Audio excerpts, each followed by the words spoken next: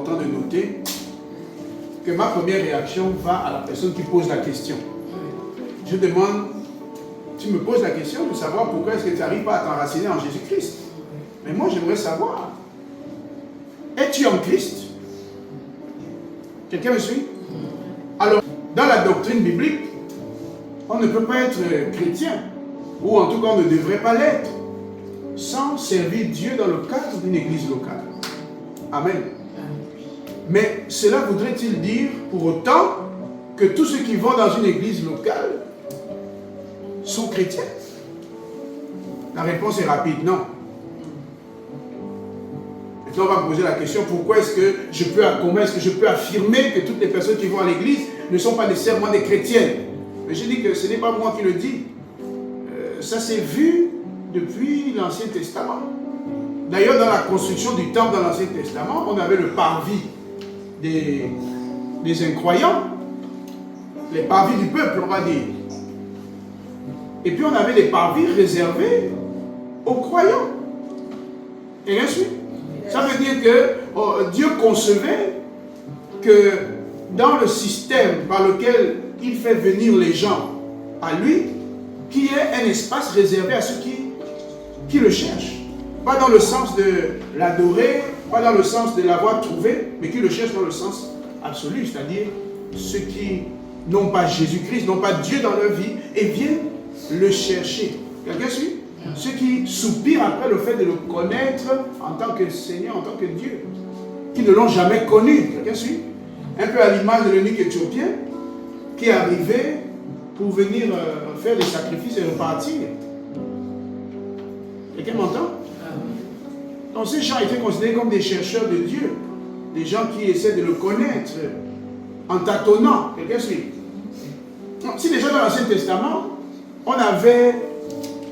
Dieu avait inclus tout un système pour permettre à ceux qui veulent le connaître d'avoir quand même une place, on revoit la même idée dans le Nouveau Testament avec Paul. J'ai dit dans 1 Corinthiens 14. Paul nous dit que la prophétie est importante parce que s'il y a quelques croyants, incroyants, quelques non-chrétiens qui viendraient parmi vous dans votre réunion, en entendant Dieu parler et révéler les secrets de leur cœur, ils diront certainement Dieu est au milieu de vous. Ça veut donc dire que ces gens viennent à l'église, mais ne sont pas à Christ et ne sont pas en Christ. Quelqu'un suit? Mais viennent à l'église parce que l'église est une terre, c'est un environnement ouvert pour tous ceux qui cherchent Dieu. Amen. Amen. Mais ça ne veut pas dire que le fait qu'ils soient entrés ici les transforme miraculeusement en chrétiens. Il y a une démarche biblique, ok, qui nous explique comment naître de nouveau. En fait, comment devenir chrétien. On ne devient pas chrétien sans naître de nouveau. Quelqu'un suit? Alors, pendant que moi j'explique tout ça, la personne cherche à savoir, finalement, est-ce que je suis chrétien? Est-ce que je suis chrétienne?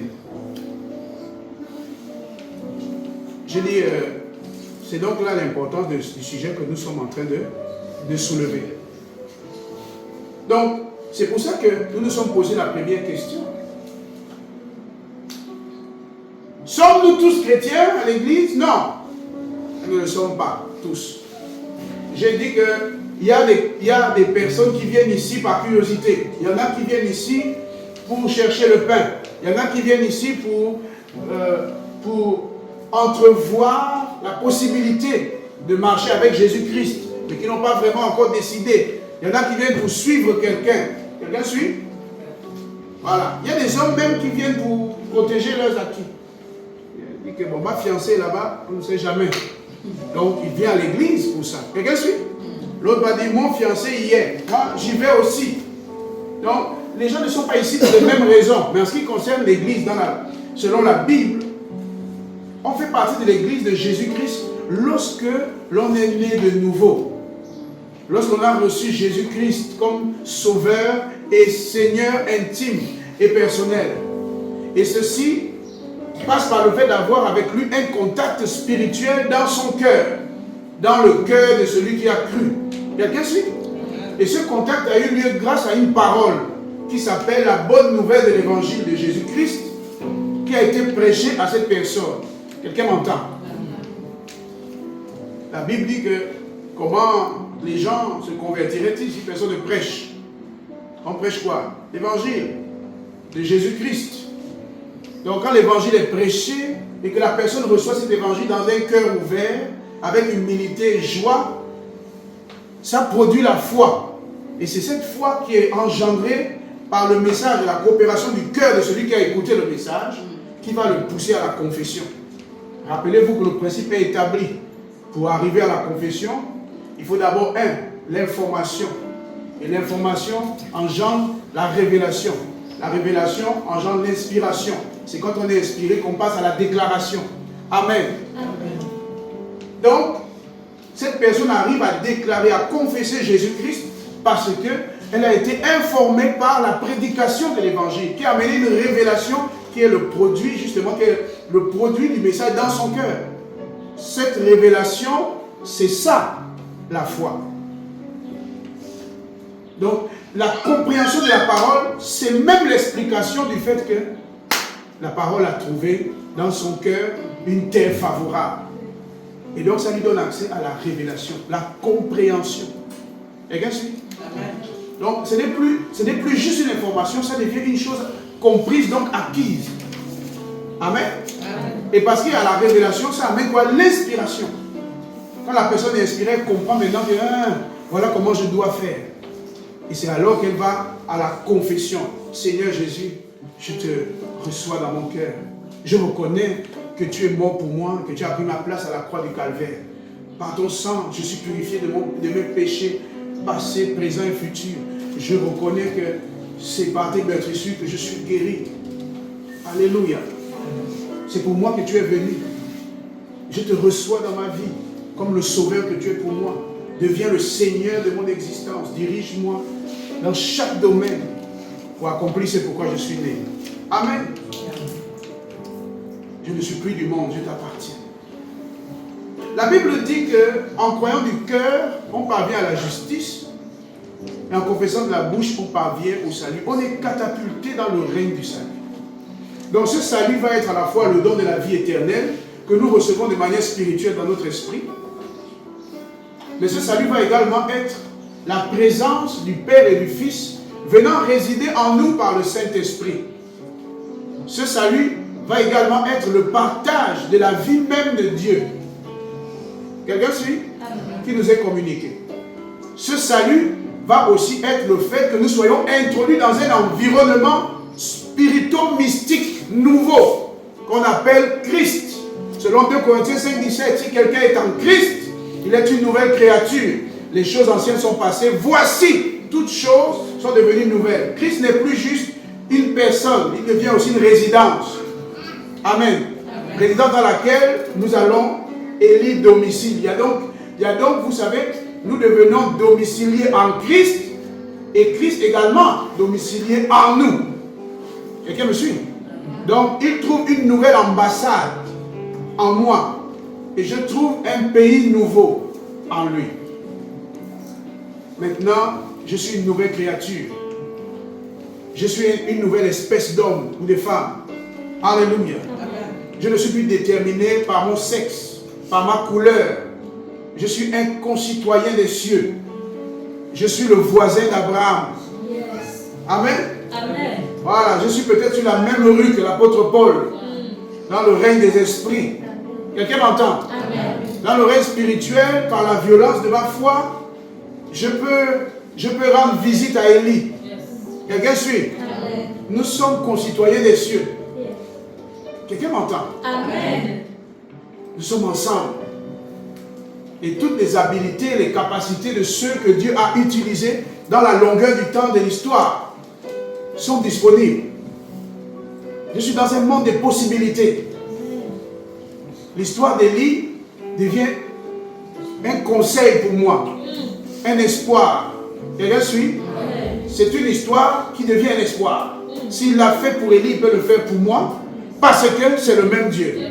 Hébreux 13 lui dit qu'il est le même hier, aujourd'hui et éternellement. En lui, il n'y a point honte de variation, ni de changement. Amen. C'est extraordinaire. C'est un monde incroyable de possibilités illimitées. T.L. Osborne, un valeureux serviteur de Dieu qui a exercé un ministère évangélique sur toute la terre pendant plus de 60 ans. J'ai eu la grâce de voir, j'ai eu la grâce de recevoir sa prière.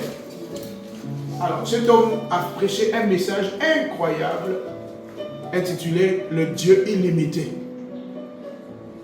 Alléluia. Ce Dieu illimité nous a introduits dans la cité de toutes les possibilités. Et généralement, on appelle Sion. C'est notre environnement. C'est notre nouvelle cité. Alléluia. C'est l'atmosphère dans laquelle nous sommes. C'est notre pays. Amen. Amen. Et maintenant, vous devez comprendre que l'Église devient cet environnement dans lequel celui qui a été introduit en Jésus-Christ de façon spirituelle va être envoyé de façon physique. Pourquoi est-ce que cette personne est envoyée dans l'église locale de façon physique? Pour acquérir la culture du royaume.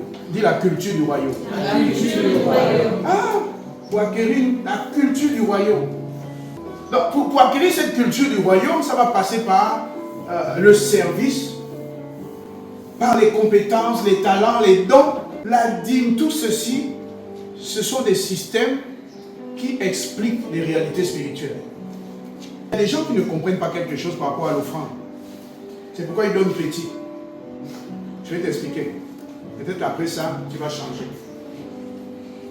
En fait, personne ne donne une offrande au Gabon. Vous me suivez? Personne ne donne une offrande au Gabon.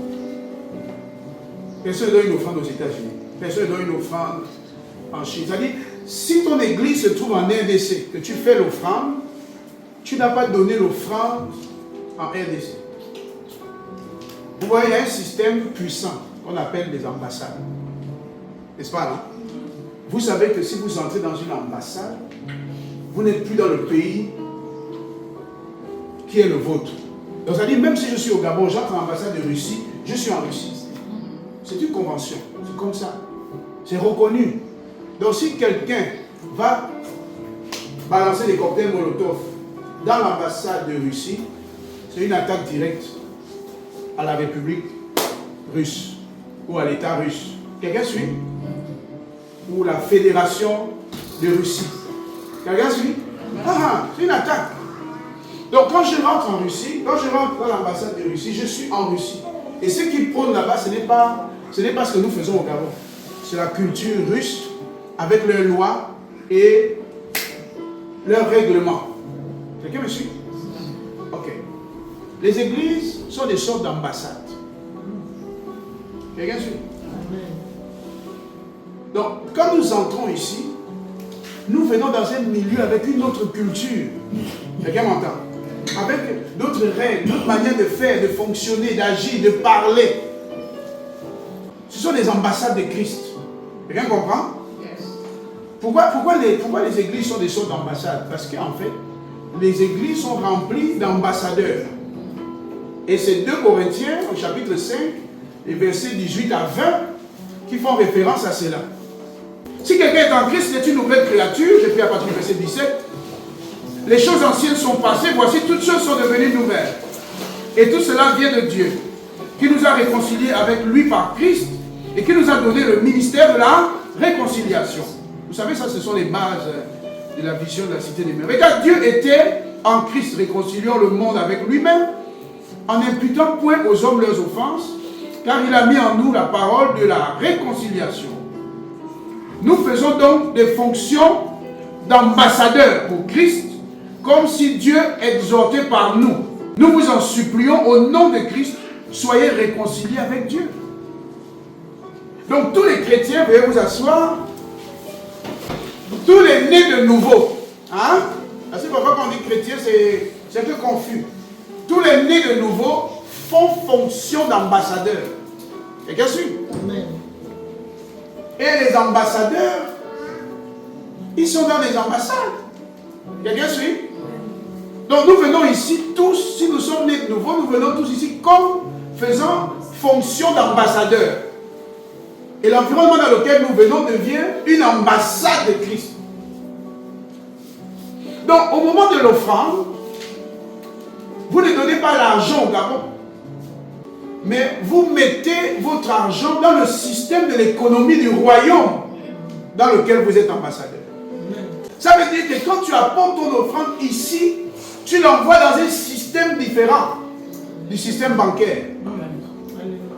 C'est pour ça que tu ne peux plus dépendre que de la banque, que de l'économie du pays, de la façon dont le pays va mal ou bien, parce qu'il y a une autre économie dans laquelle tu t'es inscrit.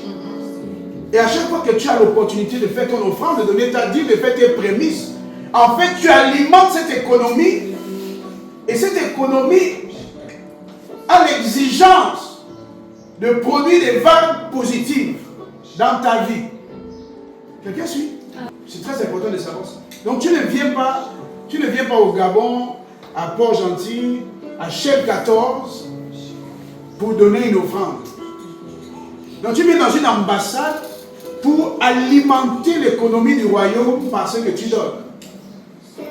Et le royaume va prendre cet élément que tu as déposé, il va transformer en énergie pour produire des transformations, des changements.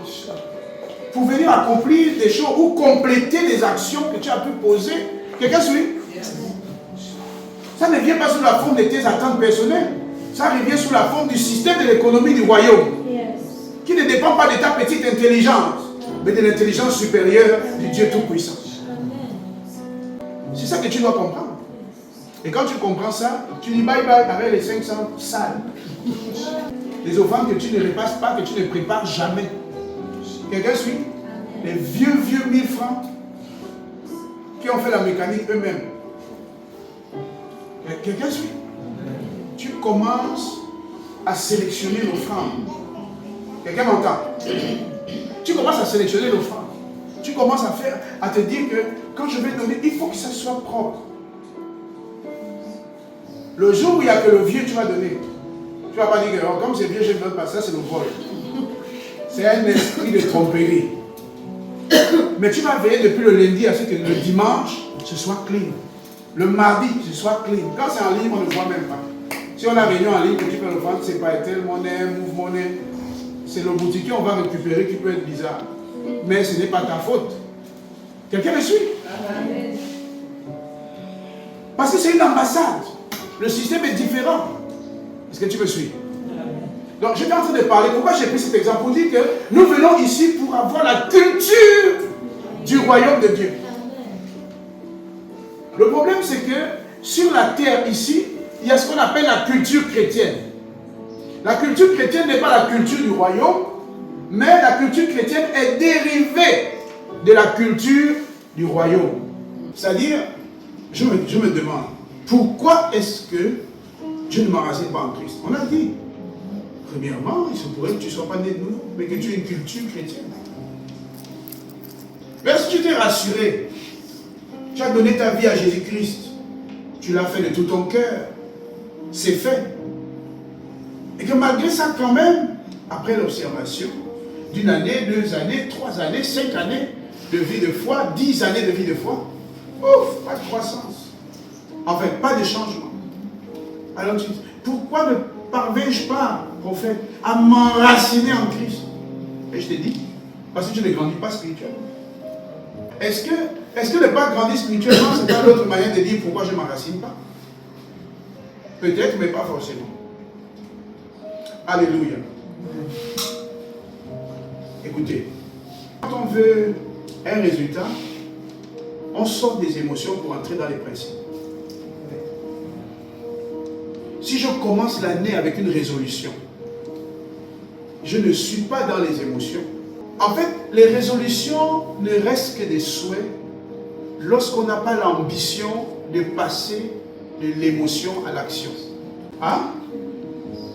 Je dis que aussi longtemps qu'on n'a pas l'ambition de passer de l'émotion à l'action, notre ambition ne reste qu'un souhait. Vous comprenez ce que je dis? C'est ça. Ce n'est qu'un souhait. Il n'y a rien dedans, c'est vide. Parce que on ne peut arriver à un résultat que seulement si on passe du règne des émotions à celui des principes. C'est une règle qui régit un domaine. Bon, par définition, une règle, il faut l'appliquer, n'est-ce pas? Si on veut le résultat correspondant à la règle, il faut qu'elle soit appliquée. Il faut qu'on soit clair là-dessus, n'est-ce pas? Donc, lorsque tu viens dans le règne des ambitions, dans le domaine des réalisations, ok, tu ne peux réaliser tes ambitions que si tu actives les principes que tu appliques. Quelqu'un m'entend?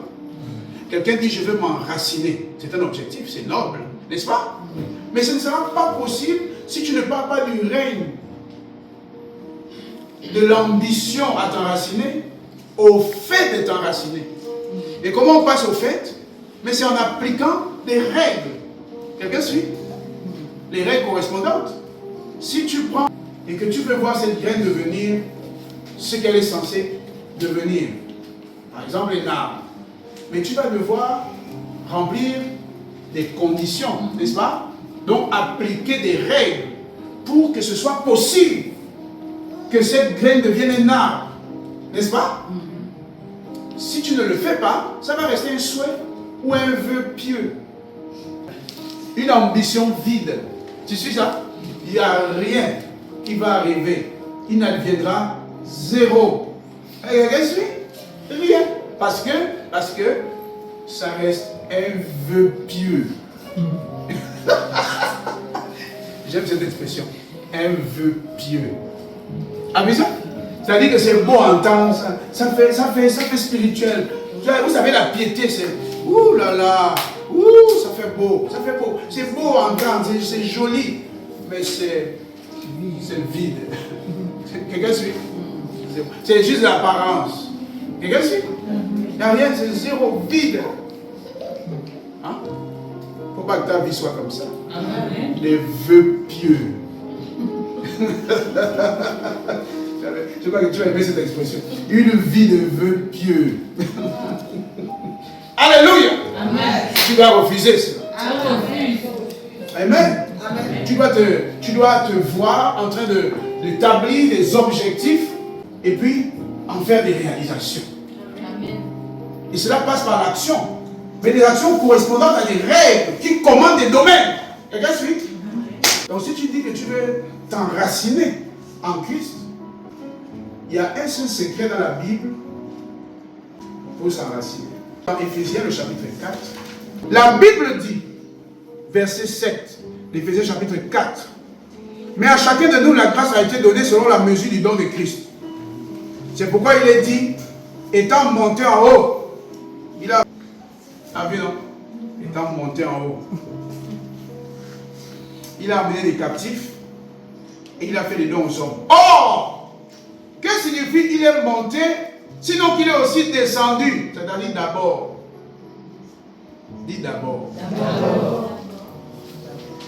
Or, que signifie il est monté, sinon qu'il est aussi? La Bible dit aussi, au lieu de dire d'abord, c'est la même chose. Dans les régions inférieures de la terre. Mais c'est normal, parce que la Bible dit, c'est pourquoi, étant monté en haut, il a amené les captifs. Il les a amenés de quelque part. C'était où l'endroit là? Mais en bas, mais il est monté en haut avec eux, il les a trouvés où? Mais en bas, ou en bas là-bas, n'est-ce pas? Or, que signifie il est monté, sinon qu'il est aussi descendu dans les régions inférieures de la terre? Donc ça dit, c'est là-bas qu'il allait les chercher. Donc le prophète Allah, parce que le verset on dit, il appelle les uns comme apôtres, prophètes. Mais moi je pensais qu'il est venu chercher sur la terre. Il n'est pas venu chercher sur la terre, il est venu chercher en bas là-bas, dans les régions inférieures de la terre. C'est là-bas qu'il est venu chercher. En d'autres termes, Dieu a rendez-vous avec toi à l'endroit le plus bas de ta vie. Tu ne peux pas me dire que tu veux t'enraciner en Christ avec autant d'orgueil sur toi. Tu ne peux pas me dire que tu veux t'enraciner en Christ avec tout ce m'as-tu vu. Si on ne t'a pas apprécié, tout le monde va mourir. Si tu as seulement déplacé un gobelet, tout le monde doit applaudir, sinon tu seras frustré. Quelqu'un me suit? My God! Dieu ne peut pas prendre rendez-vous avec toi ici. Le lieu est trop beau, c'est trop propre. L'endroit où il prend rendez-vous avec toi, c'est en bas là-bas, dans les régions inférieures de la terre. C'est seulement là-bas que Dieu peut venir te prendre pour t'amener en haut. Dieu ne prend personne ici pour amener en haut.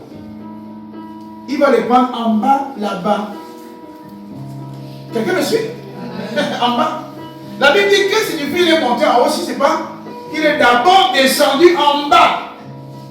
Marc chapitre 4. La Bible dit, verset 13, il leur dit encore, vous ne comprenez pas cette parabole. Je parle de Marc chapitre 4, verset 13. Jésus leur dit encore, vous ne comprenez pas cette parabole. Comment donc comprendrez-vous toutes les paraboles? Le semeur sème la parole. Les uns sont le long du chemin où la parole est sémée. Quand ils l'ont entendu, aussitôt Satan vient et enlève la parole qui a été sémée en eux, n'est-ce pas? Les autres, pareillement, reçoivent la sémence dans les endroits pierreux. Quand ils entendent la parole, ils la reçoivent d'abord avec joie, mais ils n'ont pas de racines en eux-mêmes. Ils n'ont pas de racines où? En eux-mêmes. En eux-mêmes. Ça veut dire que chacun d'entre nous est une terre. En fait, nous sommes un ciel, une terre, et puis quoi? Une profondeur. Quelqu'un m'entend? Nous sommes un ciel, une terre, puis une profondeur. Parce que la Bible dit clairement, mais ils n'ont pas de racines en eux-mêmes. Ils manquent de persistance. Et dès qu'il survient une tribulation ou une persécution, à cause de la parole, ils y trouvent là une occasion de chute. Et bien sûr, à ces personnes qui n'arrivent pas à s'enraciner, qu'est-ce qui manque? Des racines en eux-mêmes ou en elles-mêmes. Et qu'est-ce qui peut faire que les racines, on ne les ait pas? Le manque de persistance, le manque de consistance, l'absence de persévérance. Ça détruit toute possibilité de laisser pousser des racines en toi. Et le seul remède contre le manque de persistance, c'est l'autodestruction. C'est quoi l'autodestruction? C'est un système que tu enclenches consciemment pour permettre à Dieu de venir te détruire pour te faire vivre, pour te faire revivre. Ça s'appelle le brisement. Le brisement. Dis à ton voisin, le brisement. Le brisement. Moi, ça fait longtemps que j'ai entendu ça dans une prédication à l'église aujourd'hui. Dis encore le brisement. Le brisement. Dis-lui, le brisement, maman. Papa, le brisement, mon frère. Le brisement, tu dis que maman, tu n'es pas maman ici. Tu es la soeur en Christ, la petite ici. Il n'y a pas des histoires de... je suis ta maman. Hein. Le brisement te dit qu'en Christ, vous avez la même valeur. Vous êtes au même niveau. Le brisement fait oublier les diplômes, la position sociale, le compte bancaire, pour prendre le balai, balayer l'église.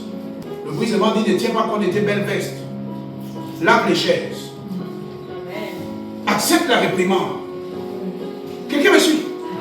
Le brisement, c'est la déstabilisation de tout ce qui fait tes béquilles, tes supports. Tout ce dans quoi tu as établi ta confiance en toi-même. Tout ce sur quoi tu te reposes pour bomber ta poitrine. C'est quand même moi. Tout ce sur quoi le moi s'appuie pour exister, pour subsister, pour résister. C'est briser les béquilles là, qui s'appelle le brisement. Les habitudes qui fondent tes certitudes. Qui va devenir les prémices?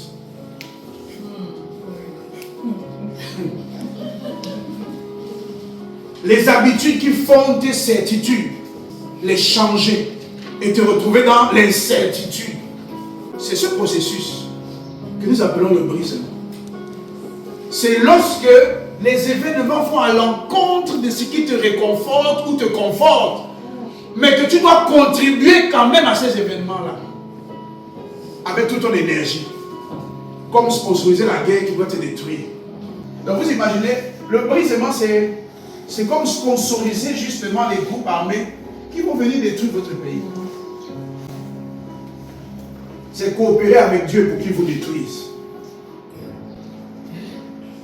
Oui, le brisement c'est ça. C'est coopérer avec Dieu pour qu'il vous détruise vous-même. Seigneur, tue-moi. Tiens le fouet, la lance et le javelot. Achève-moi. Tu deviens Goliath et le Saint-Esprit devient David. Quelqu'un suit?